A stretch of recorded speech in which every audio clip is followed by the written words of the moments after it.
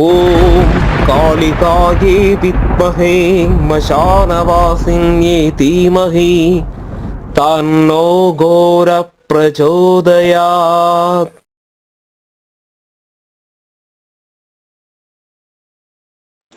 வணக்கம் ஆன்மீக நண்பர்களே. மலையாள மாந்திரிக முறையில் காளிகூல் சார்பில் நம்ம இன்றைக்கி என்ன பார்க்க போகிறோம்னா, அதாவது மந்திர சக்தி இல்லைன்னா மந்திரத்தோடைய அனுகிரகம், மந்திர சித்தி அப்படிலாம் சொல்லலாம். அந்த மந்திர சித்தி இல்லைன்னா மந்திரத்தோட அனுகிரகம் நமக்கு கிடைக்கிறது. அதாவது ஒரு தேவதையோட உபாசனை நீங்கள் பண்ணுறீங்க. இப்போ நீங்கள் ஒரு மந்திரம் ஒரு குருவிலிருந்து நேரடியாக வாங்கி செய்யும்போது அதுக்கு அதோட குரு பரம்பரையோடு சேர்ந்து வரும்போது ஒருபாடு பவராக இருக்கும். அப்படி இல்லைனாலும் நீங்கள் ஒரு மந்திரம் ஜெபம் பண்ணுறீங்க. நீங்கள் புக்கு பார்த்து படிக்கலாம், இல்லைன்னா யூடியூப்பு, ஃபேஸ்புக்கு அப்படி என்ன வேணுனாலும் பார்த்து ஒரு தேவதையோட மந்திரம் பார்த்து படிக்கும்போது கண்டிப்பாக உங்களுக்கு அந்த சக்தியை நீங்கள் உணரணும். அப்போ ஒரு சில ஆளுகளுக்கு அது உணர முடியறது இல்லை. இல்லைன்னா எவ்வளோ மந்திரம் ஜெபம் பண்ணிட்டும் ஒரு குணம் இல்லை, இல்லைன்னா மந்திர தேசியம் எடுத்தேன், நான் அவ்வளோ காசு கொடுத்தேன் அப்படியெல்லாம் சொல்லுவாங்க நிறைய பேர். இல்லைன்னா மந்திர ஜெபம் பண்ணிகிட்டு இருக்கேன், இல்லைன்னா குரு பரம்பரையில் வந்தேன், எனக்கு ஜெபம் பண்ணிட்டு ஒரு பலனும் கிடைக்கிறது இல்லை அப்படி சொல்லுவாங்க. அப்போ அதுக்கு என்ன வழி, அது என்ன நாள் அந்த பிரச்சனை வருதுங்கிறது தான் நம்ம இந்த வீடியோ பதிப்பில் பார்க்குறோம். அதை கொடுக்குற சொல்யூஷனும் கண்டிப்பாக அதை மாத்திரக்கு, அந்த பிரச்சனையை மாற்றி நமக்கு அந்த தேவ சித்தி எப்படி கொண்டு வர்றதுங்கிற காரியம் நம்ம பார்க்குறோம். நம்ம ஒரு தேவதையோட மந்திரம் நம்ம ஜெபம் பண்ணுறோம். அந்த தேவதையோட மந்திரம் எப்படி சித்தி ஆகுதுன்னா, நம்ம அந்த மந்திரத்தோடைய குரு, அந்த குருவோட பாரம்பரியத்தில் நின்று அந்த குருவோட அனுகிரகம் கிடைச்சி செய்யும்போது அந்த நீங்கள் காணற குருவும் அந்த குருவோட குருவும் அந்த குருவோட குருவும் அந்த தேவதைகள், அந்த குருக்கன்மார் உபாசனை செய்த அந்த தேவதைகளுடைய அனுகிரகம் தான் உங்களுக்கு வருகிறது. அப்படி வரும்போது தான் உங்களுக்கு சீக்கிரமாக மந்திர சித்தி கிடைக்கிறதுன்னு சொல்லலாம். நமக்கு ஒரு எக்ஸாம்பிள் சொல்கிறதுன்னா, ஒரு குருநாதம் ஒரு காளியை உபாசனை பண்ணி அவர் மந்திர சித்தி அடைஞ்சிருக்காரு, இல்லைன்னா அதோட பூஜை பண்ணி அந்த தேவதையோட அனுகிரகம் பண்ணிருக்காரு. அப்போ அவர் ஒரு மந்திரம் மனசார கொடுத்து தலையில் கை வச்சு நீ நல்லா வருவேன்னு, அது கண்டிப்பாக அந்த மந்திர சக்தி அவங்களுக்கு கண்டிப்பாக கிடைக்கும்.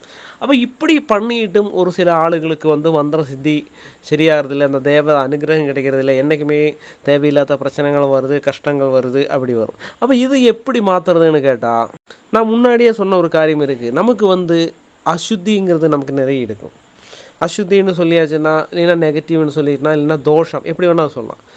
நமக்கு ஒரு ஜாதக வஷால் நமக்கு தசைகள் நடக்கும் இல்லைங்களா. இப்போ ராகு தசை நடக்குது, வியாழ தசை நடக்குது, சுக்கிர தசை, அதில் ஓரோ கிரகங்களோட அபகாரங்கள் நடக்கும். இப்போ வியாழ தசையில் சுக்கிரனோட அபகாரம் நடக்குது, இல்லைன்னா சுக்கிர தசையில் சனியோட அபகாரம் நடக்குது.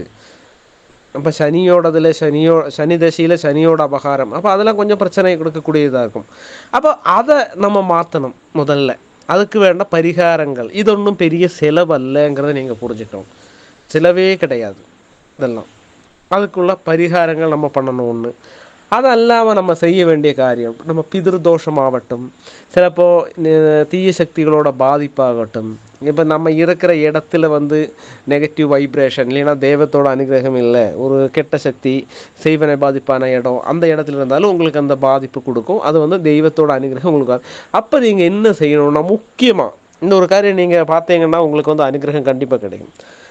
நீங்கள் மந்திரதேசி எடுக்கிற குருநாதங்கிட்டே ஆகட்டும், அப்படி இல்லைன்னா நல்ல ஒரு ஆச்சாரியனை பார்த்து ஒரு சுதர்சன சக்கரம்னு கேட்டால் நம்ம களத்தில் உள்ள சக்கரமாக சொல்கிறது, தகுடல்ல சொல்கிறது களம். அதாவது ஹோமகுண்டம் வச்சு அதுக்கு முன்னாடி சுதர்சன சக்கரம் வரைக்கிறது.